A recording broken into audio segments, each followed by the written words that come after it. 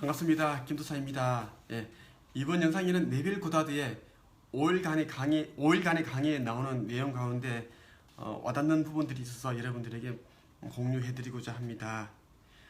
죽은 과거로 나오십시오. 공동 묘지로부터 나와서 여러분과 여러분의 아버지는 하나라는 사실을 알고 걸어 나가십시오. 하나님이라 부르는 여러분의 아버지는 여러분의 의식입니다. 그것은 세상에 존재하는 유일한 창조의 법칙입니다. 죽은 과거로부터 나오라. 공동 묘지로부터 나와서 여러분과 여러분의 아버지는 하나라는 사실을 알고 걸어 나가라라고 네빌은 말하고 있습니다. 대부분의 사람들은 죽은 과거에 빠져 있습니다. 과거의 영광, 과거에 좋았던 기억들, 과거에 힘들었던 고통스러웠던 그 기억들을 되새기고 또 되새기면서 과거에 계속 어떤 힘을 부여하고 있습니다. 그러다 보니 현재는 물론 미래도 나아지지 않고 더 힘든 미래를 창조한다는 겁니다. 우리는 미래를 창조하는 데 힘을 보태야 되지 지나온 과거, 죽은 과거에 우리는 힘을 보태서는 안 되는데 말이죠. 이제 요한복음 5장을 보겠습니다. 여기서 고대의 성경을 쓴 사람들이 세상에 대한 두 가지 시야를 얼마나 아름답게 표현했는지 볼 수 있습니다. 하나는 제한된 3차원적인 시선이고 다른 하나는 4차원적인 시선입니다. 병든 자가 곧바로 치유되는 이야기입니다. 예수가 베데스다라 부르는 곳에 옵니다. 베데스다는 5행각이 있는 집이라는 뜻입니다. 5행각에는 수많은 병자들이 있습니다. 불구, 맹인, 절름발이, 죽어가는 자 등등. 전설에 의하면 매년 특정한 시기가 되면 천사가 내려와 5행각 근처의 연못을 건드립니다. 성경에 보면 소개되는 그 연못 이름이 베데스다입니다. 베데스다에는 정말 많은 병자들이 그 연못 주위에 쫙 그렇게 대기하고 있습니다. 어떤 사람은 10년 이상을 그렇게 베데스다에서 기다리면서 천사들이 가장 먼저 물을 건드릴 때 그때 이제 그 병 고침을 받기 위해서 기다리고 있는데, 그 천사가 그 연못을 건드리면 그 안에 첫 번째로 들어간 사람은 반드시 치유된다 합니다. 그러나 오로지 첫 번째로 들어간 사람만이 치유될 뿐 두 번째 예수는 안 됩니다. 예수는 태어날 때부터 절름발이인 사람을 보고는 말합니다. 그대 낫기를 원하는가? 그 병든 자가 예수께 답하기를, 선생님, 연못이 흔들릴 때 저를 그 연못으로 넣어줄 사람이 없나이다. 제가 그곳으로 가는 동안 다른 이가 저보다 앞서 들어가나이다. 정말 안타까운 내용이죠. 예수께서는 태어날 때부터 절름발이인 장애인 말하는 거죠. 그 사람에게 물었습니다. 당신 정말 낫기를 바라는가 하니까 정말 간구하게 말합니다. 간구하면서 말합니다. 간청하죠. 저는 연못이 흔들릴 때 천사가 그 연못을 건드릴 때 가장 먼저 들어가고 싶으나 내가 몸이 다리가 이 지경이어서 들어갈 수 없나이다. 그렇다고 나를 그 연못으로 넣어줄 사람이 없나이다. 제가 그곳으로 가는 동안 다른 이가 저보다 더 앞서 들어가나이다. 그래서 예수께서는 이렇게 말했죠. 침상을 일어나라. 침상을 들고 걸어가거라. 그러자 갑자기 그 사람이 나아가서는 침상을 들고 걸어가니 그날이 안식일이더라. 이 이야기를 읽고는 어떤 이들은 아주 놀랄만한 힘을 가진 한낯선 사람이 불구인 사람에게 일어나서 걸어라 라고 말했다고 생각합니다. 이 이야기는 개개인의 마음속에서 일어나고 있습니다. 이 말은 매번 강조해도 지나치지 않습니다. 나는 여기서 무엇을 느꼈냐 하면요.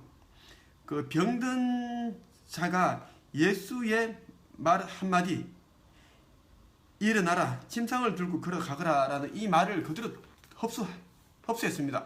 믿고 그대로 이제 내가 정말 이 다리가 나았나? 설마? 이런 생각을 의심도 하지 않고 그냥 그대로 예수께서 하신 그 말씀을 믿고 침상을 들고 걸어갔다는 겁니다. 그것이 얼마나 이 병든 자가 얼마나 예수에 대한 믿음이 있었는지, 그리고 이제 자신이 얼마나 병고침을 받고 싶었는지 대해서 우리는 알 수 있다는 겁니다. 이 믿음의 크기만큼 우리는 원하는 것을 받을 수 있다는 거죠. 그래서 예수께서는 계속 믿음에 대한 이야기를 하고 있습니다. 연못은 여러분의 의식입니다. 천사는 하나님의 메신저로서 생각을 뜻합니다. 의식이 하나님이기에 어떤 생각을 가지고 있다면 천사를 맞이하고 있는 것입니다.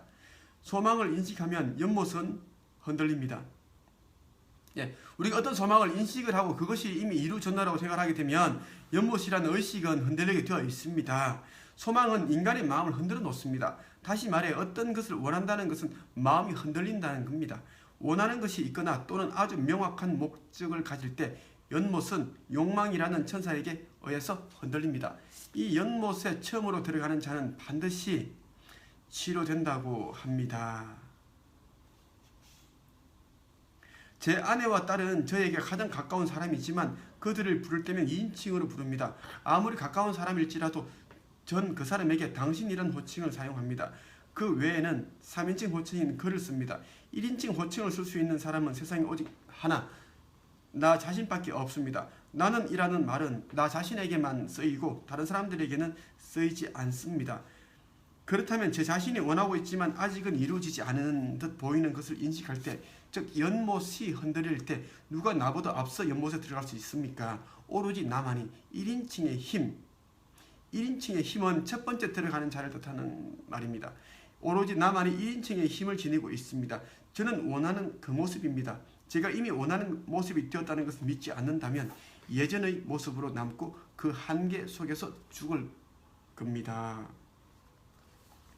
이 이야기에서는 여러분 의식이 욕구에 의해 흔들릴 때 여러분은 누구의 도움 없이 그 연못 속으로 들어갈 수 있다는 것을 말하고 있습니다. 여러분이 해야 할 일은 이미 원하는 모습이 되었다는 것을 사실로 받아들여 그 안으로 들어가는 것뿐입니다. 누구도 여러분보다 앞서 들어갈 수는 없습니다. 왜? 1인칭의 힘이 있기 때문이죠. 첫 번째 들어가는 자, 나는 이렇게 원하는 모습이 되었다는 것을 인식할 때 어떤 네가 여러분보다 앞서 그 연못에 들어갈 수 있겠습니까? 나는 I am이라고 말할 수 있는 권능은 오로지 여러분 자신만이 가지기에 누구도 여러분보다 앞서 그럴 수는 없습니다. 우리는 1인칭으로 말을 해야 된다. 오로지 나만이 1인칭의 힘, 첫 번째 들어가는 자, 그 연못, 의식 속으로 들어가는 자는 나만이 가능하다는 것을 말하고 있죠. 그래서 저는 원하는 그 모습이 되었다. 제가 이미 원하는 그 모습이 되었다는 것을 믿어야 된다는 겁니다. 그래야 할 때 우리의 의식이 흔들리게 된다라는 겁니다. 그래서 베데스다라는 그 연못은 우리의 의식이다라는 것이고 천사는 하나님의 메신저로서 생각을 뜻하는 것이다. 소망을 인식하면 연못은 흔들리게 된다.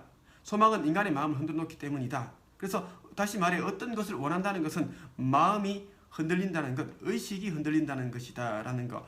그 대신 원하는 것이 있거나 명확한 목적을 가질 때 연못은 욕망이라는 천사, 그 생각에 의해서 흔들리게 된다는 것을 네빌 고다드는 말하고 있습니다. 우리는 어떤 욕망을 가지든 생각이라는 천사에 의해서 우리가 원하는 것을 이룰 수 있습니다. 그래서 여러분들이 가지고 있는 그 꿈이 무엇이고 소망이 무엇이건 간에 더 크게 가질 필요가 있다는 것을 여러분들에게 말씀을 드리고자 이 영상을 찍었습니다. 지금까지 김도사였습니다. 좋은 하루 되십시오.